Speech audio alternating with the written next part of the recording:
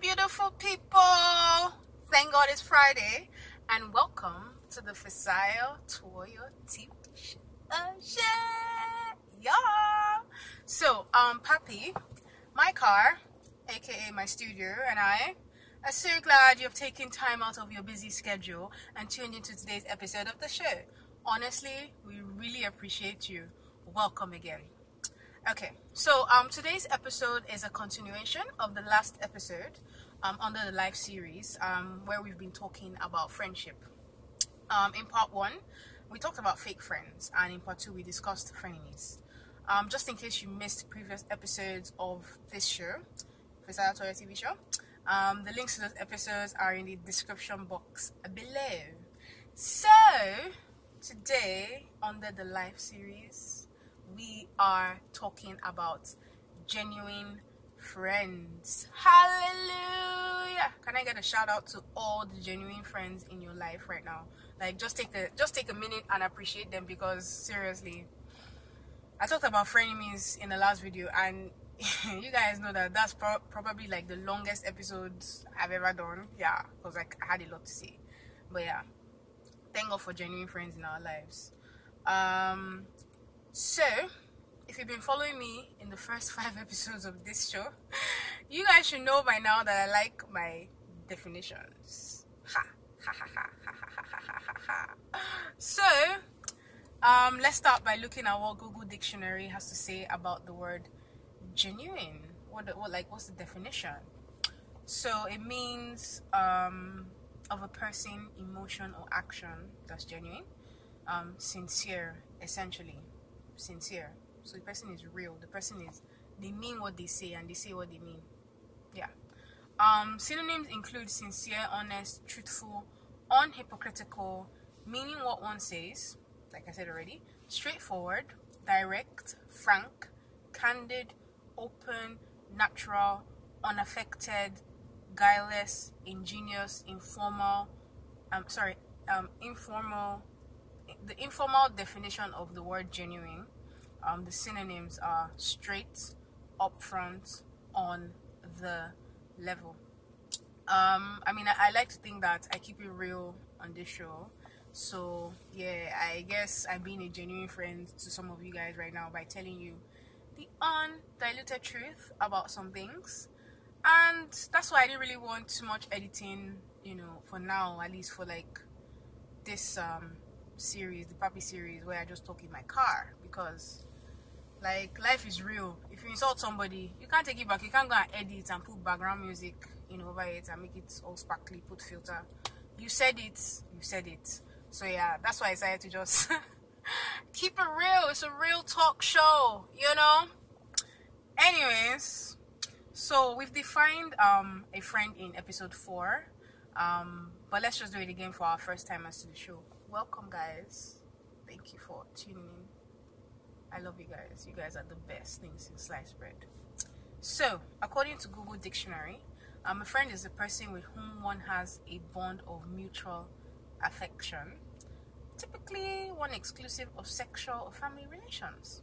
Synonyms include companion, boon companion, bosom friend, best friend, close friend, intimate, confidant, playmate, playfellow, classmate, schoolmate, workmate, ally, comrade, associate, sister, and brother. Informal words for friends include pal, bosom pal, buddy, bosom buddy, chum, sidekick, my main man, my bruv. Gotta appreciate British people. Yo, what's up, bruv? How you doing, bruv? You're right, bruv. Okay, bruv. Okay, I've said bruv enough of times. It's time to move on. So, in episode 4, the first part of the friendship series, I mentioned the fact that God values genuine relationships, and He Himself has the Trinity, which includes His Son Jesus and our advocate, the Holy Spirit. So how much more us, human beings? Life is tough. We need friends. So let's take a quick look at what the Message version of the Bible has to say about friendship. The first verse reads, "It's better to have a partner than go it alone. Share the work, share the wealth, and if one falls down, the other helps. But if there's no one to help, tough. 2 in a bed warm each other. Alone you shiver all night. By yourself, you're unprotected. With a friend, you can face the worst. Can you round up a third? A three-stranded rope isn't easily snapped. That is Ecclesiastes 4, 9-12. Chapter 4, verse 9-12.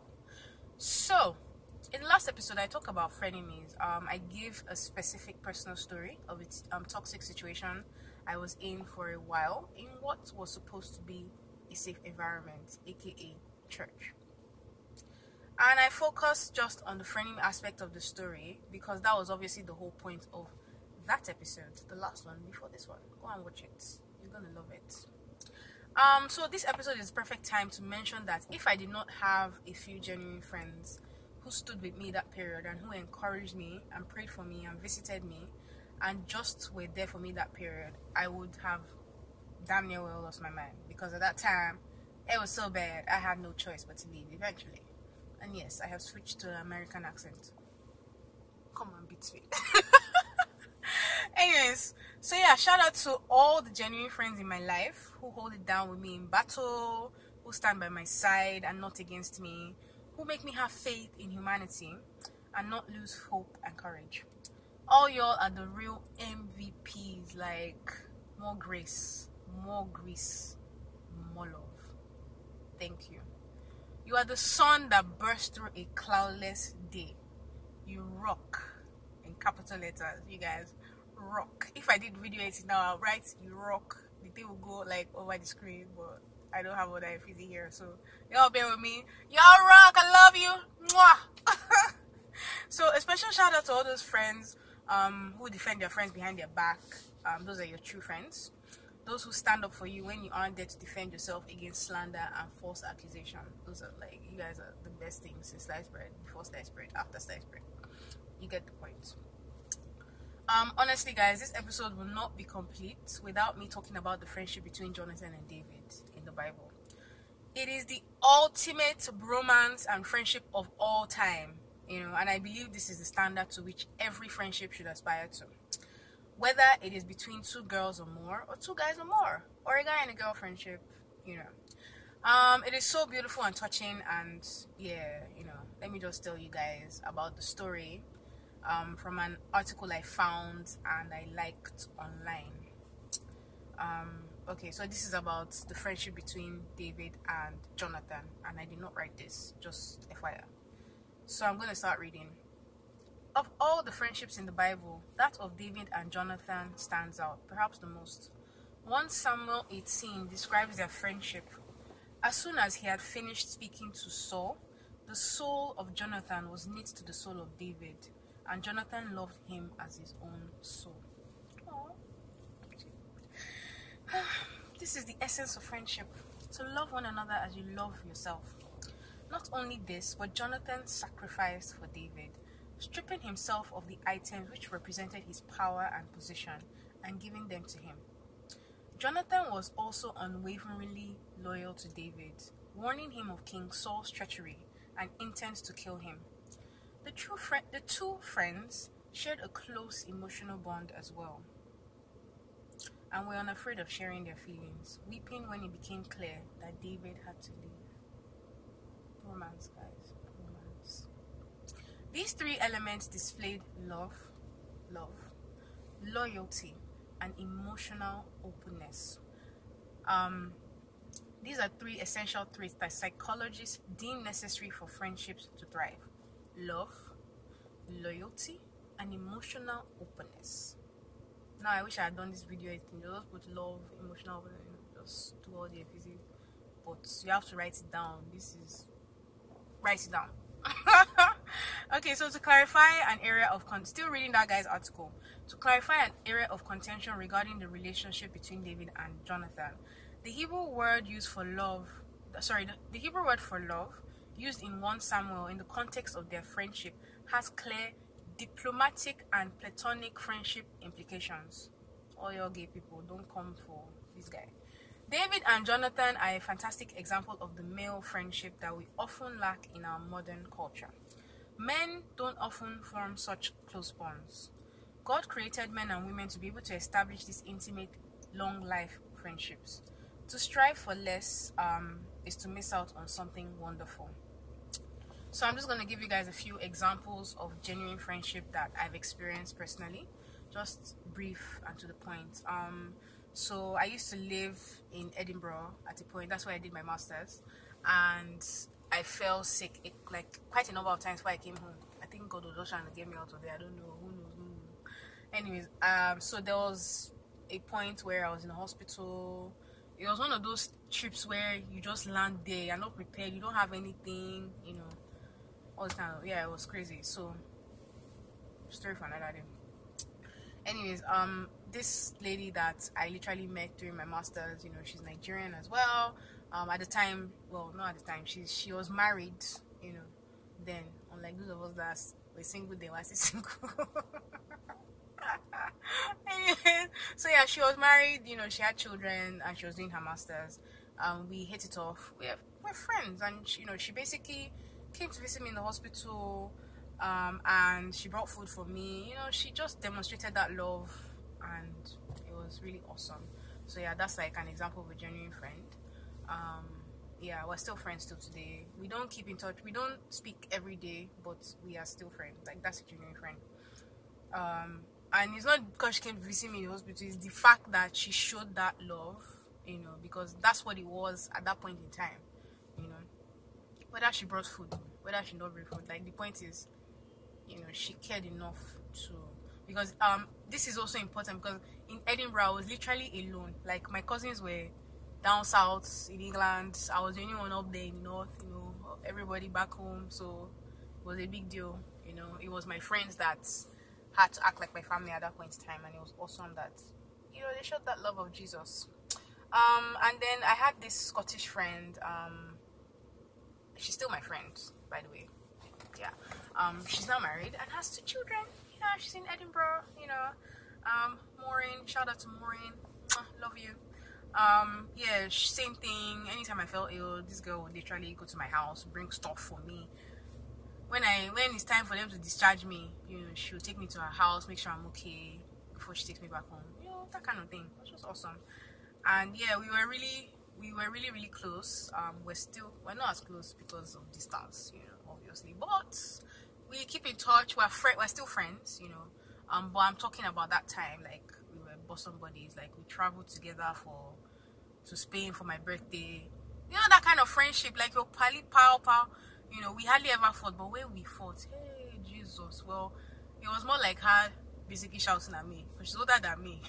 But, I don't know, maybe because she's white and I'm black, but it wasn't that whole, I'm older than you. You know how us Africans do, but it was just a cool, very cool relationship. So yeah, that's definitely like a genuine friend I have in my life. There was this one time that some people are allowed to stay in my house, were now misbehaving, and we had to kick them out. Yeah. So she came, I had to change my locks. It was that bad. I've been through something. So I changed my locks, and yeah, like, literally put their stuff out. You guys, I need to do a story on that, like that. I need to do another video on that story. It was crazy. So she came over, and literally stayed with me the whole night, because some stuff went down, but they eventually left. Thank God. Yeah. Man, I've lived though. Anyway, so yeah, like, she literally stayed with me. That was awesome of her as a friend. So we had many adventures, good, bad, ugly. Like I said, we traveled together. Her mom knows me very well. I've stayed with them. She's married to a Nigerian. I'm waiting for them to come so that we can paint the whole of Nigeria, not Lagos, red, the whole Nigeria. Everyone will know that we're friends. But yeah, I'm prophesying into the future. Oh shit. So concerning the last episode where I talked about the whole frenemies situation, things got so bad slowly but surely, but everything seemed fine on the outside. But eventually one day I snapped and I started living the church WhatsApp groups. I know WhatsApp will announce this person left, this person left, this person left, and I was in like what seemed like 500 groups, so you can imagine. So it created quite the chain reaction, and people started receiving a lot of calls, messages, and texts. Oh my God, are you okay? Why are you leaving? What's going on? Oh my God, 21st century problems. So my phone almost blew up that night. Anyways, in the midst of all that, these 2 ladies came to visit me pretty much the next day, or shortly after. And they listened, strengthened, encouraged me. They prayed with me. They prayed for me. You know, we just had like that girl bonding and everything. So that right there was another example of genuine friendship. You know, the good thing about that incident is that God also used it as an opportunity to show me who my real friends were in the midst of the chaos and the drama I was feeling at the time. So people may not remember what you say to them, but they will always remember how you made them feel. So don't forget that. This is general advice to everybody, including myself. Treat people well, you know. Yeah, my friend Kumbi, Shala Kumbi, like Rugrats days since Corona primary school, yo, we go way back.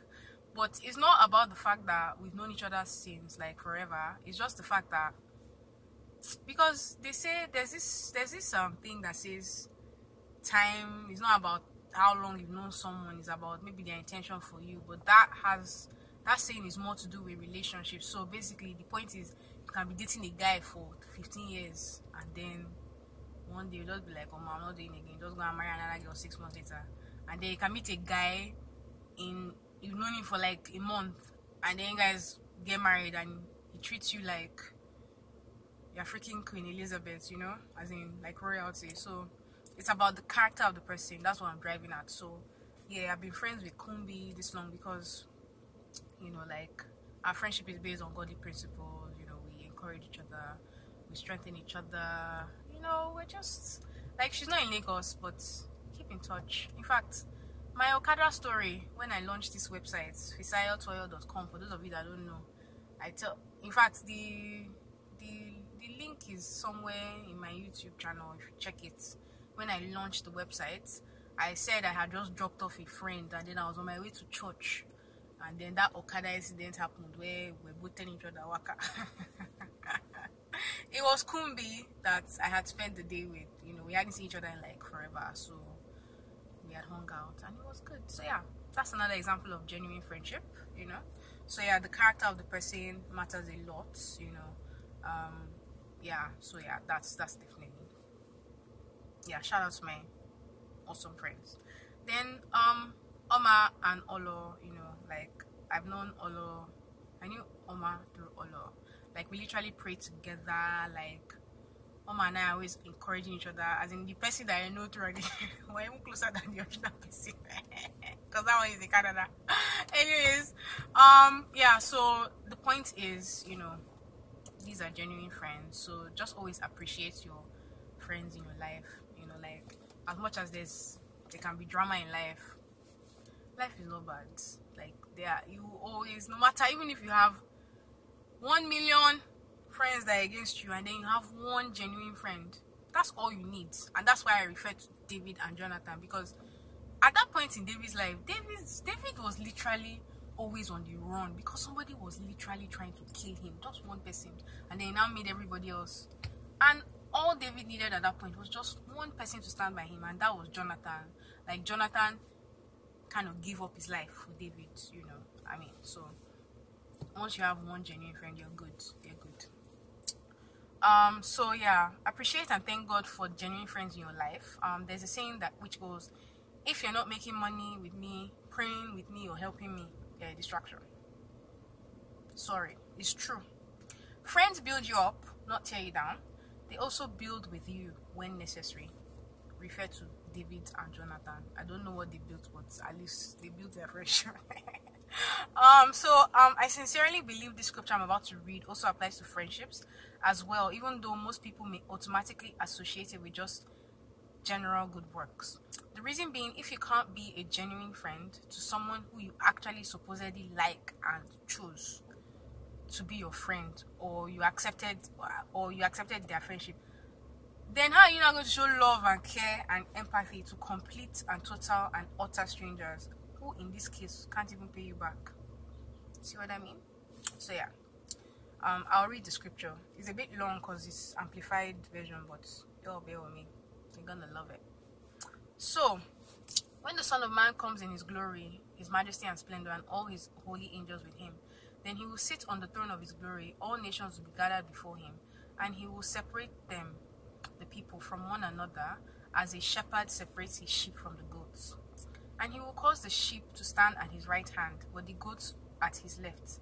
Then the king will say to those at his right hand, Come, you blessed of my father, you favored of God and appointed to eternal salvation.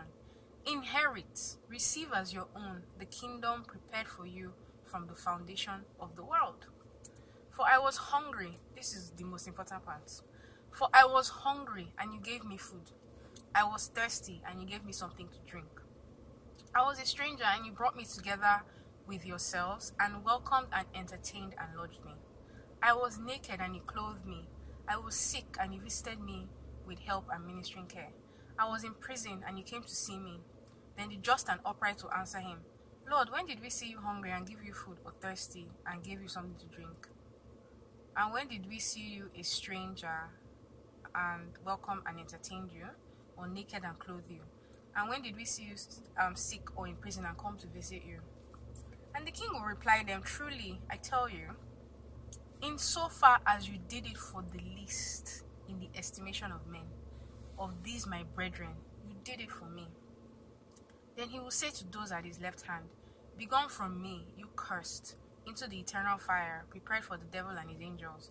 For I was hungry, and you gave me no food. I was thirsty, and you gave me nothing to drink. I was a stranger, and you did not welcome me and entertain me. I was naked, and you did not clothe me. I was sick and in prison, and you did not visit me with help and ministering care.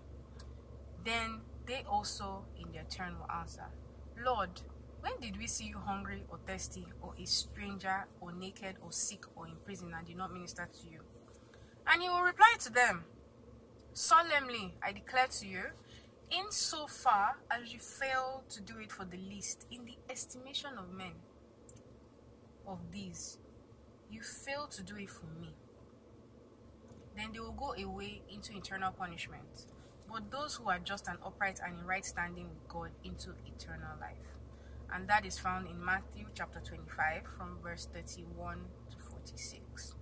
So yeah, if you can't be a friend, to those that you actually like, how are you not gonna be visiting people that you don't know, care for them, all those things that we're supposed to do as Christians and Muslims in terms of good works, So yeah, being a good friend counts for something. I can tell you that,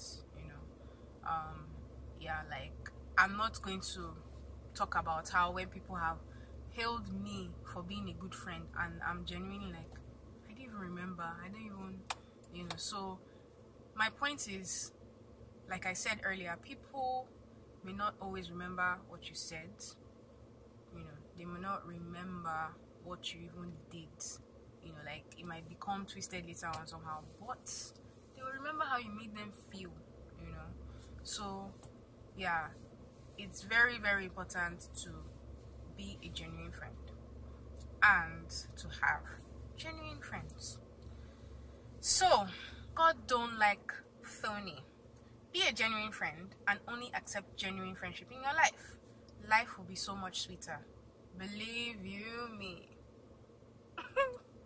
So that's it for today's episode of the show and the friendship series, guys, at least for now.